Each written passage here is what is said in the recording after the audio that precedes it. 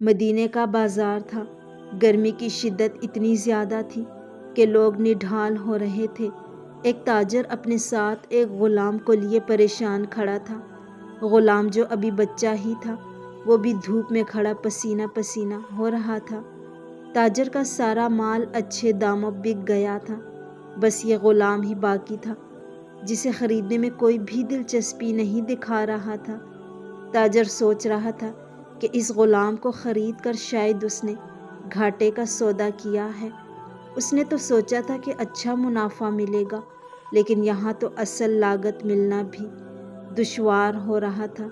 اس نے سوچ لیا تھا کہ اب اگر یہ غلام پوری قیمت پر بھی بکا تو وہ اسے فوراً بیچ دے گا۔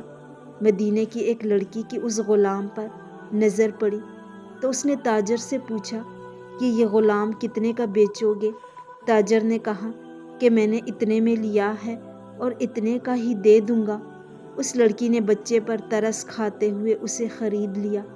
تاجر نے بھی خدا کا شکر ادا کیا اور واپسی کی راہ لی۔ مکہ سے ابو حذیفہ مدینہ آئے تو ابھی انہیں اس لڑکی کا قصہ معلوم ہوا۔ لڑکی کی رحم دلی سے متاثر ہو کر اس نے اس کے لیے نکاح کا پیغام بھیجا، جو قبول کر لیا گیا۔ یوں واپسی پر وہ لڑکی، جس کا نام سبیتا بنت یعار تھا، ان کی بیوی بن کر ان کے ہمراہ تھی، اور وہ غلام بھی مالکن کے ساتھ مکہ پہنچ گیا۔ ابو حذیفہ مکہ آ کر اپنے پرانے دوست عثمان ابن عفان سے ملے تو انہیں کچھ بدلا ہوا پایا اور ان کے رویے میں سرد مہری محسوس کی۔ انہوں نے اپنے دوست سے پوچھا کہ عثمان، یہ سرد مہری کیوں؟ تو عثمان بن عفان نے جواب دیا کہ میں نے اسلام قبول کر لیا ہے اور تم ابھی تک مسلمان نہیں ہوئے، تو اب ہماری دوستی کیسے چل سکتی ہے؟ ابو حذیفہ نے کہا تو پھر مجھے بھی محمد صلی اللہ علیہ وسلم کے پاس لے چلو اور اس اسلام میں داخل کر دو جسے تم بھی قبول کر چکے ہو۔ چنانچہ حضرت عثمان رضی اللہ تعالیٰ عنہ نے انہیں نبی کریم صلی اللہ علیہ وسلم کی خدمت میں پیش کیا اور وہ کلمہ پڑھ کر دائرہ اسلام میں داخل ہو گئے۔ گھر آ کر انہوں نے اپنی بیوی اور غلام کو اپنے مسلمان ہونے کا بتایا تو ان دونوں نے بھی کلمہ پڑھ لیا۔ حضرت ابو حذیفہ رضی اللہ تعالیٰ عنہ نے اس غلام سے کہا کہ چونکہ تم بھی مسلمان ہو گئے ہو، اس لیے میں اب تمہیں غلام نہیں رکھ سکتا، لہٰذا میری طرف سے اب تم آزاد ہو۔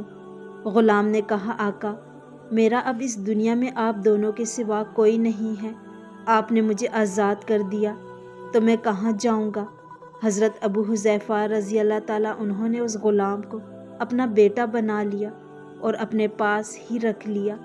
غلام نے قرآن پاک سیکھنا شروع کر دیا اور کچھ ہی دنوں میں بہت سا قرآن یاد کر لیا، اور وہ جب قرآن پاک پڑھتے تو بہت خوبصورت لہجے میں پڑھتے۔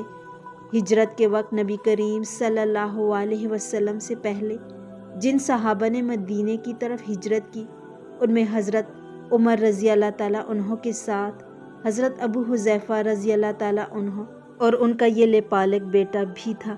مدینہ پہنچ کر جب نماز کے لیے امام مقرر کرنے کا وقت آیا تو اس غلام کی خوبصورت تلاوت اور سب سے زیادہ قرآن حفظ ہونے کی وجہ سے انہیں امام چن لیا گیا، اور ان کی امامت میں حضرت عمر رضی اللہ تعالیٰ عنہ جیسے جلیل القدر صحابی بھی نماز ادا کرتے تھے۔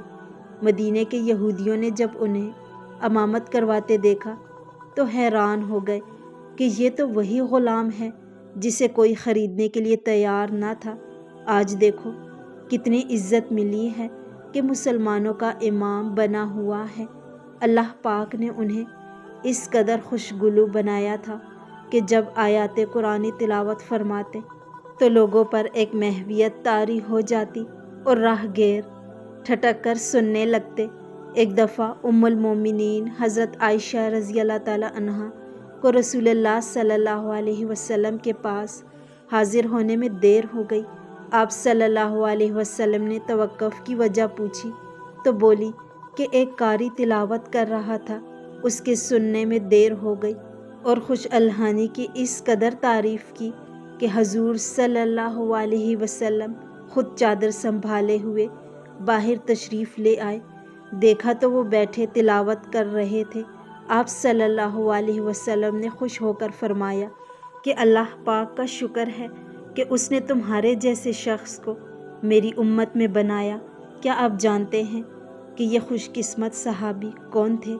ان کا نام حضرت سالم رضی اللہ تعالیٰ عنہ تھا، جو سالم مولا ابو حذیفہ رضی اللہ تعالیٰ عنہ کے نام سے مشہور تھے۔ انہوں نے جنگ موتا میں جام شہادت نوش کیا۔ اللہ پاک کی کروڑ ہاں رحمتیں ہوں ان پر۔